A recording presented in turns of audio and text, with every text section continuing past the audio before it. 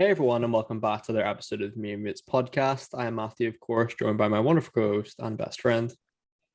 Callum, Now, if you're a fan of our channel, you know we love Riverdale. That actually might not be true necessarily. we We watch we watch Riverdale. it begrudgingly, and as you see by the channel in the last year, so we've been reviewing season 5 on an episode by episode basis, and since our break, we haven't really covered the end of the season. So that's what this podcast is about today. The last 3 episodes of season 5, where it all kicks off. To be fair, a lot changes in the show. A lot of character dynamics change, and I think it's going to be an exciting sixth season in less than a month, I think, well, or close to it. It's coming really soon around the corner. So I'll pass over to Cam to explain what's been happening in episodes 17, 18, and 19 of Riverdale. Oh, so long It ago. was long. So in episode 17, Chad's up to no good. He's trying to kill Archie. He's trying to kill Veronica, and Hiram is fully on board for. I don't know that he fully backs the murder of his daughter, but he's definitely into the Archie murder. Uh, you know, we get a lot of answers in this episode. In regards Yeah. to the Mothman mystery. Well, we pretty much get, every single question we had about it answered. Uh, I mean, was the standoff with the Mothman at the end of episode 18 or episode 17? Well, Was it 17? episode 17, you get the reveal of the Mothman. I think in 18. Yeah, Let me have a look here. Yeah, 18 is the musical episode, so I think 17 is 17 definitely was the one the that the ended fight. with the junkyard scrap. Yeah, the junkyard scraps for sure, definitely. But yeah, as Callum said, we do get a lot of answers here in these episodes. It's an exciting time in the season. The pacing really goes from, it's really dialed to 11 here. It's crazy, to be honest. A lot of the stuff's happening. So of course, full spoilers. You know that by now. With the channel, and of course, if you want to check out our other previous Riverdale reviews, you can check them out in our Riverdale playlist as well. We've even got a few from season 4 in there. And of course, time codes, our email, our iTunes link, all that stuff's in the description. You guys know the drill. So yeah, do you want to just break it down like what if episode by episode? Sure. So episode 17, I think one of the potentially unintentionally, I presume unintentionally, but I think the funniest episode of the season, namely for two moments. One, Veronica knocking Hiram out for some reason, just give me a giggle. And the moment where Chad tries to murder Archie and he's just wearing like a hood, and it was just pathetic. It And I think I was was. just laughing. I think I was just laughing directly at Chad. But I genuinely think that they're some of the funniest moments in Riverdale, in recent Riverdale history. Oh, 100%. Like the fact that Chad goes to kill Archie without any disguise, it's not as if this guy's not well known in the town or whatever. Like everyone's met him. So like that alone is just And ridiculous. Archie's But the local hero. I was about to say, you do not ambush Archie in an alleyway. Like it's like ambushing Daredevil in an alleyway. It's not a good idea. I think also, what's Hiram doing? It's like Chad's not a hitman by any stretch of the imagination. Surely Hiram, if he wanted Archie dead, has access to a lot of dangerous guys in Riverdale or the surrounding area. So I'm kind of thinking, Or why is he choose himself. or himself? Yeah, I was about to say he's faced up against Archie in the ring before. He's clearly a formidable Who force. who won that fight? I think Archie might have done, to be honest. I think so. I don't That's know. embarrassing. Surely not. I don't know. I kind of missed that saga. But yeah, as you said, Hiram is really just, he's went from facing off against the ginger stallion that is KJ Apa to now being knocked out by Veronica. I mean, what's happened there? That's a real sort of, it's just a sad moment for the character, really, that his own daughter is just done the job on him, really. Like it's a horrible, but sure, he deserves it, I guess.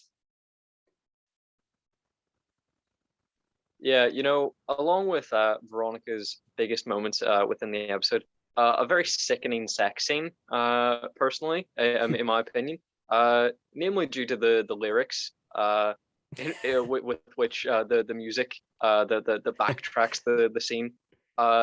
What one lyric, one beautiful piece of poetry that I referenced in my notes. Baby girl, what turns you on? And it Poetry. genuinely made me feel sick. Yeah, I mean, this episode, I mean, it is. Oh, I think it has to be the funnest of the season without doubt. I mean, in terms of reveals as well, it's not exactly short on surprise reveals. It's sort of it's stated here that the big reveal, I guess, of the season up to this point is that the Mothmen are like an illegitimate clan of the Blossom family. It all leads back to the Blossoms again in Riverdale, of course. It always has to, either them or Hiram, and it's kind of revealed then that Betty had kind of kidnapped her own cousin, the guy who like bit his tongue off to kill himself, I think a few episodes ago. So that ended up being like a second cousin or something. Um, what was your thoughts on that reveal first off? Because we were kind of suggesting it might have been, the truckers might have been involved in it, and of course they kind of are. And they definitely don't do anything supernatural here. It's very much a human threat. What's your thoughts on that reveal, Callum? Yeah, one, I'm sort of sick of them pissing away, opportunities to do something different. Clearly, the teases given in the finale episode is that it's approaching the occult, but they could have done that in this season. They could have done that in season 3 with was it season 3? With Griffins or Gargoyles, this farm was season 4, season 3, maybe season 3, I think. Yeah, season 3. yeah. Yeah, I think they easily could approach that then. And Hiram and the Blossoms in the end have been the villain, like the principal villains of 3 out of 5 seasons. And I'm just tired of it. Who are you more tired of, the Blossoms or Hiram? Definitely the Blossoms. I feel like they're some of the characters are in that sort of section of Riverdale are kind of just holding on, like they just can't figure out a good plot line to give them, which is unfortunate because they're such a big part of the show now with the Mothman thing. So it's not exactly what I would have wanted either. I thought it was a little bit disappointing. I think it's not even like it's not like a theory that particularly makes sense either. It's something that they've just made up on the spot. And I get that with COVID, it would be hard to write different plot lines and stuff and manage time for episodes or whatever. But I thought they could have done something a little bit better than this. I was a bit tired of the Blossom stuff. At least we managed our expectations. We called it, probably like episode 6. We were like, the Mothman are the truckers, because why would Riverdale do 2 storylines when they can just have the answer be to both of them? The people kidnapping the women are also the Mothman. The Mothman are also the truckers. It's easy, but why would you do easy? When you could have a more complicated mystery. One interesting thing that I've sort of made note of in episode 17, 18, and 19, because I'm genuinely concerned, especially in episode 19, is that Kevin is just not raising his child whatsoever. I thought maybe I'd imagined the fact that he was considered one of baby Anthony's parents, but then you go on his Riverdale wiki and it says family baby Anthony's son. I mean, in this episode, he's just part of like a cult essentially. Episode 18, he's doing nothing with his life. Episode 19, he fucks off to Broadway. So I mean, he's leaving the kid in his dust. I get maybe he doesn't want to interfere with interfere with the now burgeoning romance between Fangs and Tony. Still can't believe they did that, by the way. I mean, he has financial responsibilities to a child that he helped bring into the world. Kevin's another character. I feel like they just don't quite know what to do with him yet, unfortunately, which is a pity because he actually is one of my generally favorites on the show. He's an OG from season 1 as well. Another thing in this episode, there's a lot of death. I've written this was that long ago that I've kind of written stuff here and I've kind of thought, oh, like I can't really remember that, but it must have happened because I've written it. So the one I definitely do remember is that Veronica kind of takes a dark turn, but acts in self-defense and kills Chad, which I think is and she's thrilled for like all 3 remaining episodes. Like every time they mention her killing Chad, she's like, yeah, it was in self-defense, but I'm pretty jazzed about it. Well, that's it. I mean, I think in these 3 episodes, the show took a completely different turn from what we're used to. Before, it was these really good moral characters who, they just trouble finds them. They don't find trouble.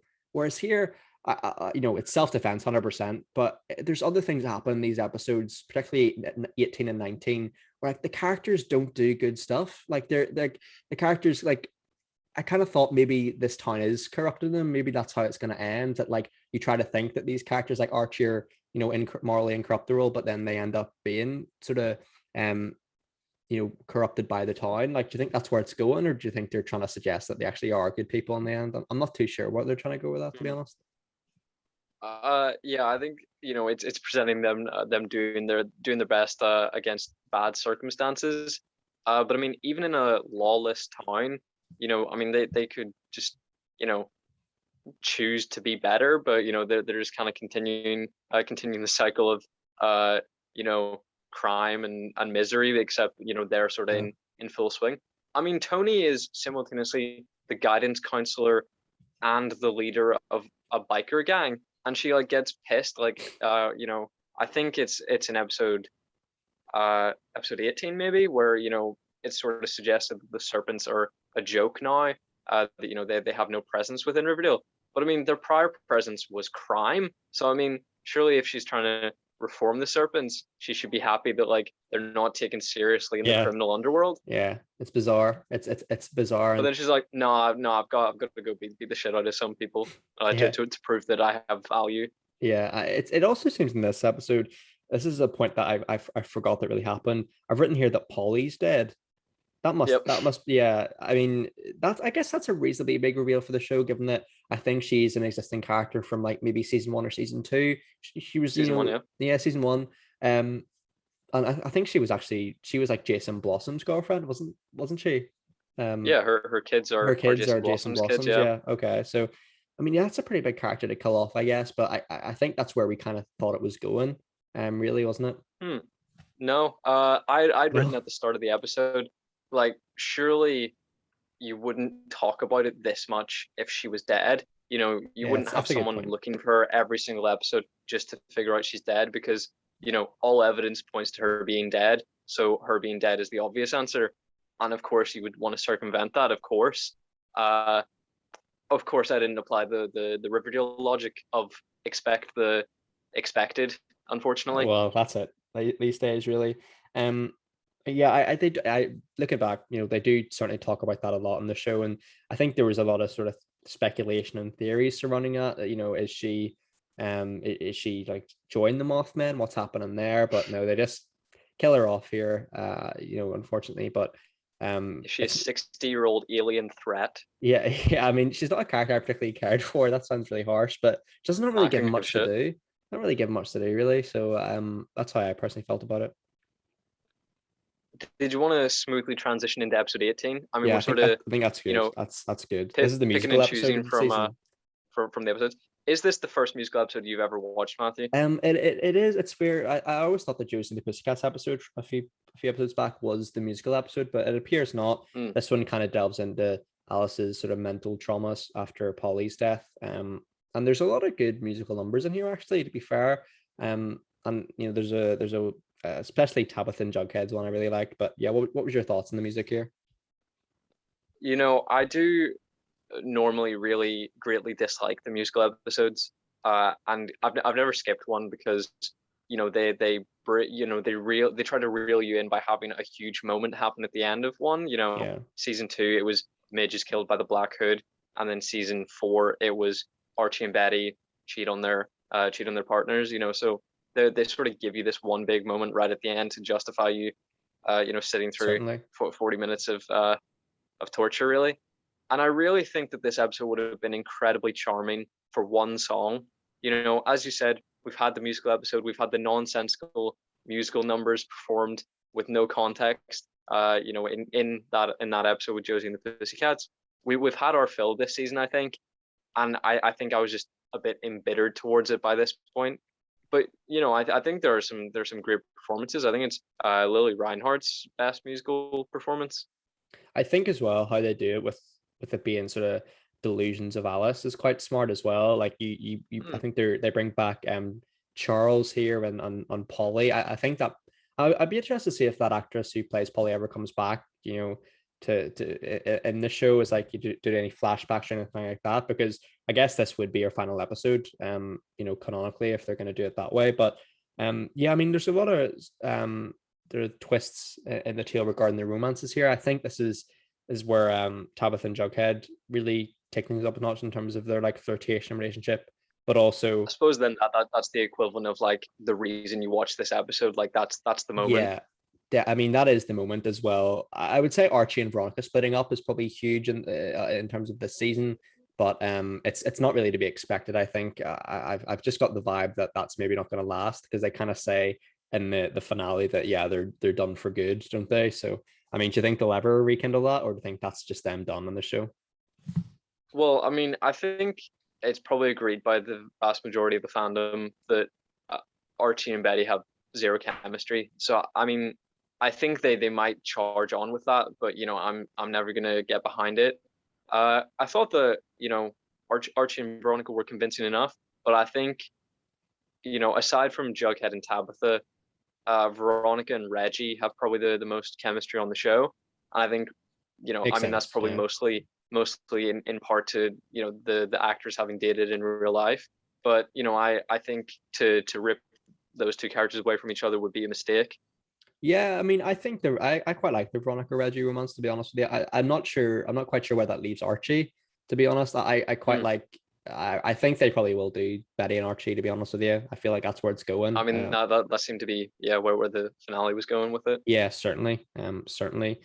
These musical episodes are funny because I never really have much to say for them because obviously they're sort of lacking on plot. But I mean, I, I do feel like having the musical episode to be the penultimate episode of the season is quite unusual. Do you know what I mean? Like it's not, it's Yeah. usually a mid-season thing. It's never really been this late before. Yeah, I think it is frequently, the mid-season finale, Yeah, which I think often because they have that show-stopping cliffhanger at the end, it does work really well as a mid-season finale. Here, I suppose it's more just big moments peppered throughout rather than one big cliffhanger, I guess, because they knew they were revving up to the finale. But I mean, mhm. I was 4 songs into this and I was thinking, this is intolerable. Looked on Wikipedia, saw there was 16 in total. And I think 16? that Holy with shit. yeah, I think without the music, if this show was sorry, if this episode just had the musical performances contained to the scenes with Alice in them, and then not have Betty singing them because it doesn't make sense within the context of the universe. Uh, if you just had those scenes contained to Alice, and then you had, you know, you have Jughead and Tabitha getting together, huge, and then you have Archie and Betty breaking up, huge. And probably for the best. So I mean, I think that this really could have been something special. I mean, arguably it is, but I don't think I'm going to go for a rewatch. Uh, one thing that I think we both agreed with each other on, which we talked about a few days ago off podcast, is that I just think we both are just are in shock that a son of Pop Tate is that big of a wanker. Oh, he's an arsehole. He's a complete arsehole. Like I think Jughead did quite well not to snap at him, to be honest with you. And I can't. Tabitha is so nice as well. Like I can't believe her dad. I'm not sure if the mum is too bad. I can't really remember, but I know the dad is particularly nasty in this episode, really, isn't he? Yeah, Um, neither of them are for Jughead, but it's specifically the dad that like appeals to them to not even come to the restaurant. can't believe. I mean, I just put it this way. I'm glad they bring Pop Date back for the next episode. It's a Absolutely. fitting tribute to him, to be honest, and end of the season, I think. But yeah, I mean, I can't believe it. Shocked, flabbergasted. One moment that really kind of made me sad, and had me kind of reflect on the series as a whole, is that that there's a moment where Archie and Uncle Frank, all like and whoever else is at the table, they all go to the fire station, and it's just Veronica and Jughead left with each other at the dinner table, and then he just says, "Oh, I'm gonna go eat this in the garage," and then she's like, "I think that's for the best," and it just made me really sad. Like I just wish that they were better friends. It kind of seems like none of the core four are friends anymore unless they're shagging. Like at the present moment that they're having sex with a certain person, they're like, yeah, we're friends, but then they just seem so disconnected from everybody else. I mean, Jughead is living in Archie's house, but I don't feel like they're friends. I feel that's so bizarre that the amount of time, Veronica and Jughead have spent together in the show, like been in each other's presence, and they still are that awkward that they couldn't sit in the table and like just have dinner. Like I just found that bizarre. Like it's not something I It's a necessarily bit thought. bleak. Yeah, I didn't think it made sense, character motive wise at all. I mean, yeah, like I know they're not there. There's never really been a Jughead and Veronica scene where it's just been them two. I mean, they kind of kiss in like an episode of season 2 or 3, don't they? They kind of like spite Archie and Betty, but I mean that's the only moment where they're kind of like that's their thing. You know what I mean? I thought it bizarre. Yeah, it's not too like I can't see any reason why they wouldn't even get on. I don't know. That's yeah, I agree with you. It's weird. No matter how much I don't like the music in these episodes, I can definitely at least massively respect the direction of the choreography. I do think it's it's fantastic. really really special. Yeah, Riverdale's great at that. Maybe we've been sort of discussing what was meant to be like the big, oh wow moment. Was it Fangs and Tony getting together? Because that was sort of the moment that happens at the end of the episode where it's something unexpected and then it happens. It was an episode for romance, even if it was romances coming together or falling apart. Like it was really geared towards the romances. Absolutely zero chemistry though. I love the actors, love the characters. Does not work on any level for me. Yeah, I absolutely agree with you. Spot on. I mean, it's not. I can't believe they did that. Like, I wasn't expecting that whatsoever. I kind of like the Cheryl Tony relationship as well, but I don't think they'll ever go back to that now. But I think that Tony is just like too sane for Cheryl. Yeah, no, it seems that way, especially with the trailer for season 6. It seems like Cheryl's kind of gone AWOL a little bit. You know what I mean? But that being said, I don't have anything more to say in episode 18, mate. So the transition to the finale then? The big finale. Now, I do have quite a lot to say in this one because there is there's quite a few big moments here, especially with that final scene. So I'll let you take it away, mate. So this episode had me really flip-flopping on the characterization of Betty, because I think I just feel, two extremes for her. I either find her incredibly likable or incredibly unlikable. And in this episode, it was one of the rarities in which I find her very likable. And I don't know what it was about this episode. Maybe it was that she was maybe sticking closer to the law, yeah, perhaps. Yeah. Maybe the open door towards the trash bag killer storyline that'll hopefully be covered next season. I just for some reason really had a warming to Betty for this episode in particular. Yeah, I agree actually, and similar to the last episode we were mentioning, there's a lot of romances. This episode teases and confirms a lot of romances as well.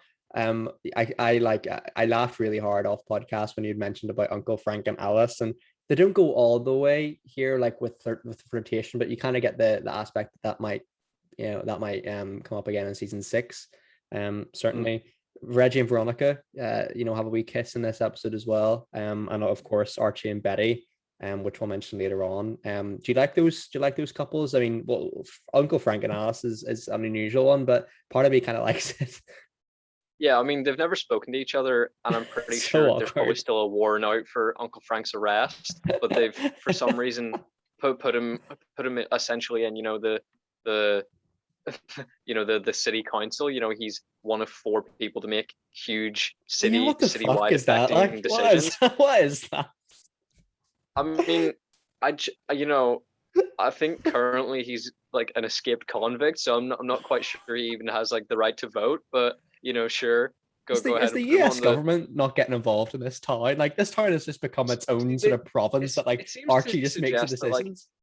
Yeah, it seems to suggest that like a disincorporated town means that it's completely lawless. But then I can't just like take someone to like an unlisted dirt field and shoot them dead. Like, surely you still have to like respect like state law or even the law of the country. I mean, you can't be like, well, this isn't legally a town, so I can just do whatever I want. Like, why is it Archie Andrews? Why is it Archie Andrews that gets to decide whether Riverdale has a mayor? Like, I have absolutely no idea.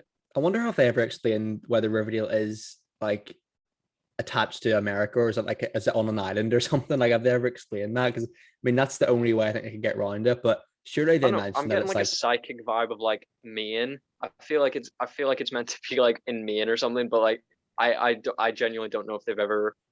No, they definitely have reference. I'm sure it says on the sign you're entering Riverdale, and then whatever state it is. Like, I think it's definitely in America. Let me have a little Google of this. Yeah, I think it's definitely in mainland America somewhere. Like, it's not like a Hawaii situation on an island, but I mean, I can't even believe that's really happening. I mean, the town just has Archie has the ability to just create this council, and and Hiram gets exiled here, which is certainly a moment where they kind of really, they should have really decided, are we going to kill him off here? We're going to, just, incapacitate him, but they kind of meet in the middle and just say, oh, he's off doing his own thing. And by the end of the episode, of course, he's back in his evil schemes. If we see him again, I will be furious. I absolutely love Mark Consuelos. And I mean, it's been reported that he's left the show.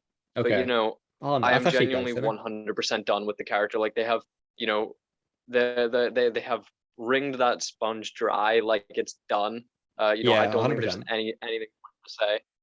It says here Matthew, Riverdale is in says here it's in, I think it's New York State or something, so it would be kind of like Northeast America, I think. So that's the answer for that, just if anyone was curious.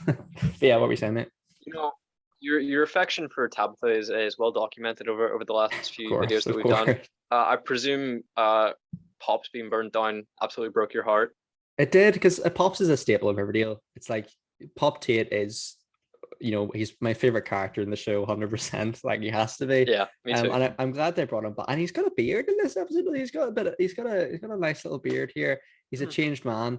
And I think, do you think they're going to make him one of those recurring characters again? Because I think that he kind of says that he's going to help out in the shop, doesn't he? Because he didn't really like retirement. Yeah, I think they have to. I think they must have realized that they left a Pop Tate sized hole in the show, and we needed his big heart back, and I'm really really happy about that. Me as well. I presume what you were referencing earlier about good people doing bad stuff. Were you talking about when Jughead and Tabitha commit arson? Well, that was definitely up there for me. I don't get me wrong, I can understand Tabitha would be heartbroken, like that's her family business, but she had such a grin on her face as she was throwing that Molotov cocktail. I mean, there's also a really hilarious scene where they go to exile Hiram, and everyone's standing there with like weaponry ready for a zombie apocalypse. Like Uncle Frank cocks his gun, Sheriff Keller's there with like a baseball bat with like nails in it. Like, what the fuck's going on here? Like, how can they do that? Like, I know Hiram's awful, but I mean, surely do something else. No laws, apparently. No laws, a lawless town, mate. Unincorporated or whatever. Fucking hell. Surely that just means, because they say, oh, if it's unincorporated for long enough, someone could just like buy up the land and like absorb it into another town.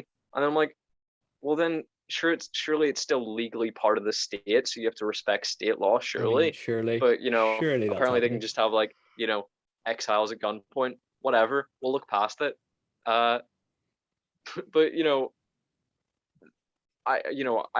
was an immediate mistake to even arrest Hiram in this episode, because you'll start building a case against him, and all their documents are illegally obtained. It's incredibly corrupt. This is another situation of what you said about the good characters doing a bad thing for the right reasons. But I mean, it seems like they're always planting evidence or stealing documents, and then it's just absolutely cleared through the courts. They're like, yeah, we trust this. I don't know why any character's not thought of just Hiram's biggest asset is his money. So if you just take away his money by some means, like just block off Ancestors' bank account somehow, or I don't know, hack into his account, surely they can do that. And no one's thought of just taking away his most valuable resource. I mean, letting Hiram just stroll out of Riverdale without anything like a car, that doesn't make all the problem, like all his like resources go away. Like, he could just sneak into Riverdale again and plant a bomb under Archie and Betty's bed, which he did. You know what I mean? Like, what's happening there? I mean, do you think? I mean, they're not going to kill them off. Surely that's a red herring. Surely. Yeah, absolutely. I mean, the promo for series 6 opens with or finishes with Jughead saying like, "What's happening in Rivervale?" So I mean, Rivervale, that's like. So I mean, I was like, well, what the fuck is that? Either that's some kind of coma fantasy of like Archie and Betty, in the first episode, where it's some kind of reimagined world where where Cheryl's ancestor Abigail wasn't burned at the stake, so like it's a different town. It's a completely different town. It's going to be probably one of those two. I imagine it's Coma Fever Dream. I think they actually do change the name of the town at the end of the finale as well. Like it is Oh, called do they? Rivervale. Yeah, it's called Rivervale now, which is, I mean, that is just the most bizarre choice ever. I mean, I know they're trying to Yeah. like, fresh beginnings, all that stuff, but I mean, they can't change the name of the show to that, surely. I mean, it's not changing, is it? Yeah, I mean, they're obviously not going to change the name of the show, but I mean, I would have much preferred had they, all moved to New York and just left Riverdale in their tracks, and then I think people were like, well, you can't, move it to New York. I mean, it's bloody called Riverdale, and I'm like, well, I mean, if it is not called Rivervale, that's essentially them doing the same thing. They're abandoning Riverdale, so I mean, it doesn't match up with the title, so. I feel like narratively they could have just made some better choices there. I'd really respect the show if they do kill off either Archie or Betty. Like they're not going to do it, but I would respect it so much. Like I don't know how they're Mm. gonna how they would have survived that. I mean, I guess Archie could have jumped out a window or something, and I don't know. How do you think they're going to pull that off?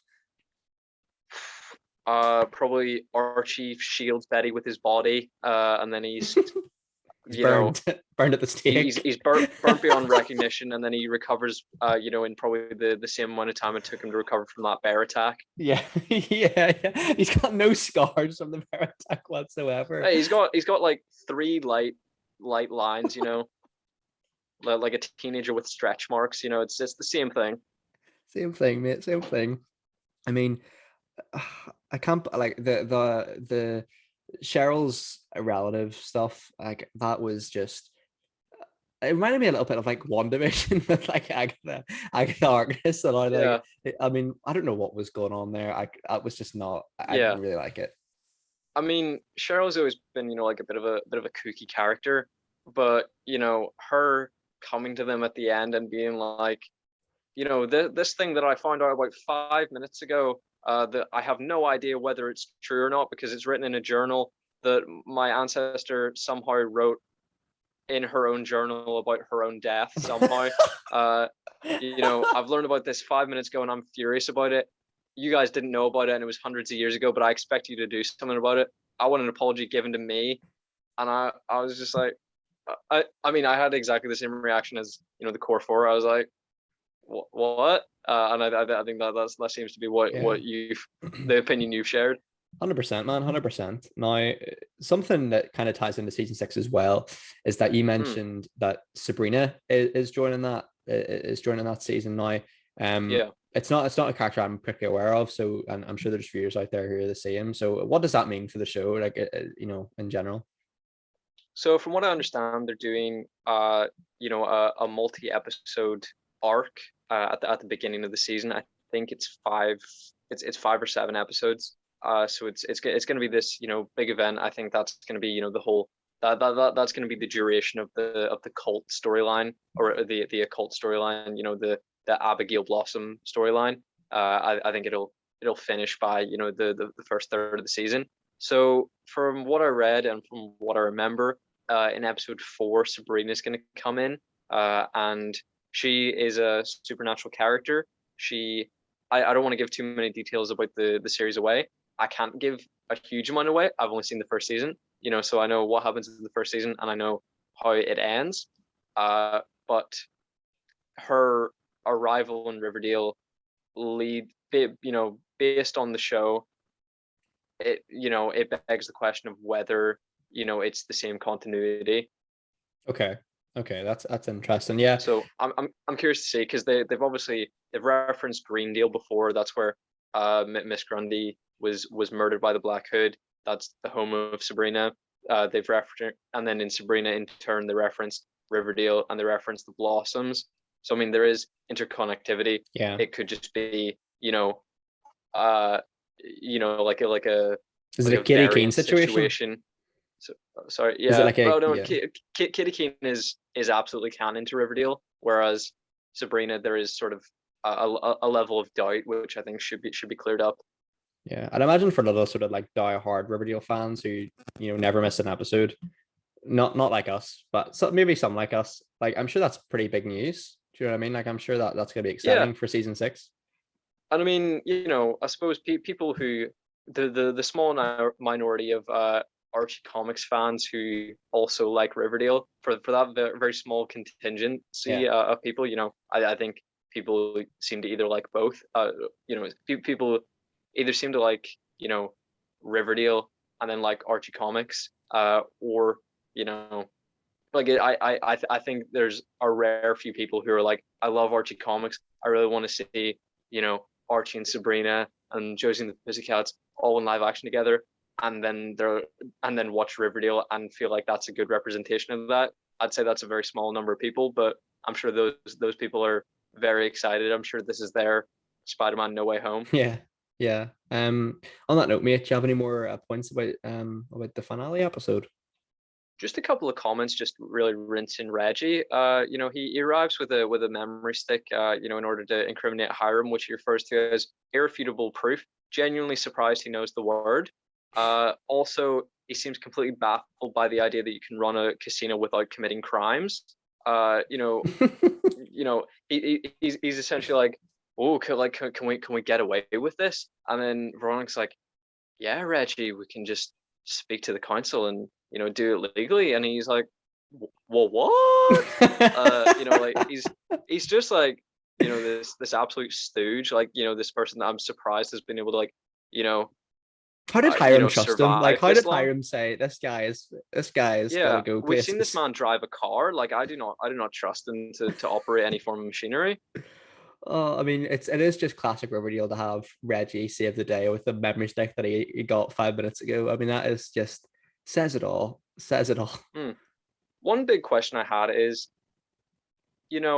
does Tony, a seemingly moral person up to this point, despite having been part of a criminal gang, because of course she's a legacy, it makes sense. She became the Queen of the Serpents, makes sense. Tried to reform them, makes sense. But now she's she wants to usurp more power back from Riverdale, which I think a crime needs to happen for that power to be taken.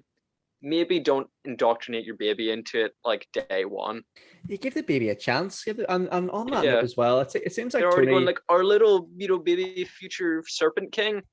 Maybe let him make his own decisions. Those of which are not tied to gang drugs and murder.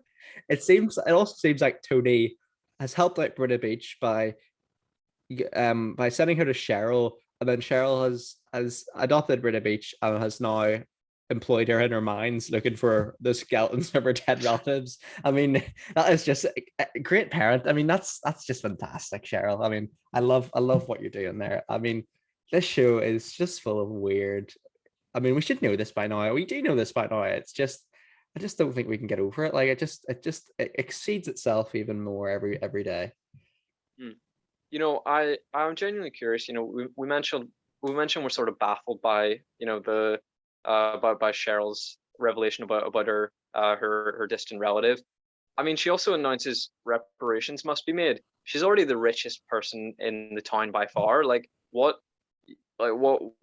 She owns the mines that contain this incredibly rare element. Like, I understand that the history is awful, but what can they do? Like, Archie is already Veronica's running like 3 businesses, and Archie's like the king of the town. He's doing like he's a teacher. He's he's the entire fire department. He's stretched pretty thin. I don't know what he can offer you really.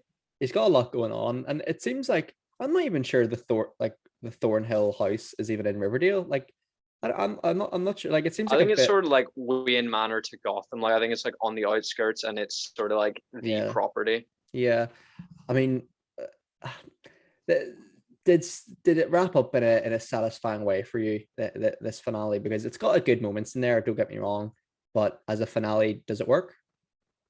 I think it focused. It's bizarrely structured, because really a lot of what happens in episode 17 should be in this episode, and then there shouldn't be as many teases for season 6, because I mean season 6 is literally 3 or 4 weeks away. I don't think we needed some really like ham-fisted setups for next season when it's just right around the corner. So I mean, I would have probably done 18 episodes and then combined some of episode 17 into episodes 18 and what became 19. And I think that maybe would have worked a bit better if the answers to the Mothman were in the finale, and then the very end was them exiling Hiram. That maybe would have worked a bit better. That leads me to the question, mate. Like, if you're gonna, rank season 5 compared to the other seasons, where does it stack up for you? Because I think it started off the strongest we've ever seen Riverdale, probably back to season 1 or 2, and then it's going to hit an awkward point in the middle. But I think, to be fair, the last couple of episodes were pretty strong. I'd be interested to hear your thoughts then, where it stacks up for you. Okay, I'm gonna go fully earnestly. What has the best storytelling? Okay, so it's gonna be season 1, season 5, season 4, season 2, I need to redo that. Season 1, season 5. Oh god, just some of them are so awful. They just all blend into each other. I definitely, those are definitely the top 2. Season 1 and season 5, absolutely. And then you have probably 2, 3, 4, because I mean, the Gargoyle King was a better storyline than like the Stonies and the Voyeur in season 4. But the writing's probably better and it makes more sense. It's just like the Voyeur story just left such like a sick, like, it's, such a bad taste in my mouth that like I resent the whole season, really. My list would be reasonably similar. I think season 1, of course, is the best we've seen. I would say season 2, I quite enjoy season 2. Then season 5, then 3, then 4. I definitely think 4 was definitely the weakest in my opinion, but it's not like atrociously awful, but it's like, I think season 1 is by far, like, objectively you can look at that and say that's pretty good television. You know what I mean? I mean, I did rewatch it, and I mean, it's the best of Riverdale, but I mean, it's still Riverdale. Okay. It's still like, Yeah. Archie's having sex with the hot teacher, and Veronica's calling her dad daddy. I mean, he hadn't appeared yet, but she's very much in character. It's the early stages of the characters, but very much, they are sort of, almost fully formed. They have all the mannerisms and the catchphrases. I would say Betty is probably a smidge more likable in that season than any other, I'd say, consistently. I would give season 5 the credit of having probably Riverdale's best ever episode with the Hiram one. I think that's probably the strongest Riverdale episode I've ever seen. Certainly, maybe the ones that rival it potentially. A few of those bombshell ones in seasons 1 and 2. But I think as an episode, that is probably the strongest I've seen. So that's what I would say about season 5. I guess what I want to ask you as well, mate, is with season 6 being right around the corner, and we I think we looked into the viewing figures of Riverdale like a few episodes back and stuff, and we kind of thought we saw that they're not what they once were. Sorry to get a bit of a tongue twister there. They're not what they once were. So I wanted to ask you, do you think season 6 is going to be the final Riverdale season? I think it should be. I think if they have this big Archie Comics crossover event, at the beginning of the season, it's sort of satisfied that situation. It's scratched that itch for those fans. And I think them doing an occult storyline is the boldest move that they've ever done. Where they could have done something sci-fi here and then supernatural next season, but I'm just appreciative that they're trying to do something different. I just don't see where you take these characters. I think if you do another season, you then need to do like relationship switch ups again to like keep it fresh. And I'm just a bit sick of it. Like, I would rather they do like a 13 episode season and it just end with the with Archie with someone, Betty with someone, Jughead with Tabitha, and Veronica with Reggie. That'd sort of be my preference. Yeah, I'm in agreement with you. I think season 6, I think it will be the last season, but I'm not sure if season 5. I was expecting more of a definitive ending to this one, where season 6 is like the the big send off for it, whereas that it kind of feels like season 6 is going to be, a quarter or a third of season 5 storyline. So I'd rather Yeah. season 6 was, if it was going to be the final season, just be like this great send off for the characters, one final storyline sort of thing. But it's bizarre because Riverdale, even this season, took like, a 4-month break, halfway through it. I mean, not even halfway through it. Like there was this unnatural break for a huge amount of time, but then they have like 4 weeks between, episode 19 of season 5 and the opening of season 6. Like if it was essentially, this part 1, part 2 situation, like why didn't you just, why didn't you just finish season 5? Yeah, it is unusual. It is unusual. Like it seems like that's the new norm for Real, to kind of continue the previous season's plot line in the new season, I guess. So it remains to be seen. I'm looking forward to season 6. The trailer looks pretty good. So I think there it will be refreshing. I'm not sure how many episodes it is, but I think it will be a bit refreshing. That concludes my comments on season 5 of Riverdale. Mate, anything from yourself? Nothing else from me, Matthew. Well, we started this journey at the start of this year, didn't we? Was it January time the first season 5 episode came out? Sounds probable, yeah. Yeah, we started it with Cash, and I'm kind of a little bit sad that it's come to a conclusion, but I suppose we've nothing to worry about, because in a few weeks we'll be back again with season 6. I think, like we're saying, the content, we might do the content slightly differently for season 6 in terms of, a mid-season podcast and an end of season podcast, maybe, I think we were thinking, or something. So so yeah, I mean, we hope you guys enjoyed season 5 of Riverdale and our thoughts on it. We appreciate your time, and thanks very much for your time today, Cam, as well. Much appreciated. Thank you very much for yours. Please be sure to like, subscribe, and comment your thoughts on Riverdale season 5 down below. We'd love to read and react to them. And hope you guys are all well. Hope your family and friends are all safe and well too. Take care, everyone, and bye-bye. Bye-bye.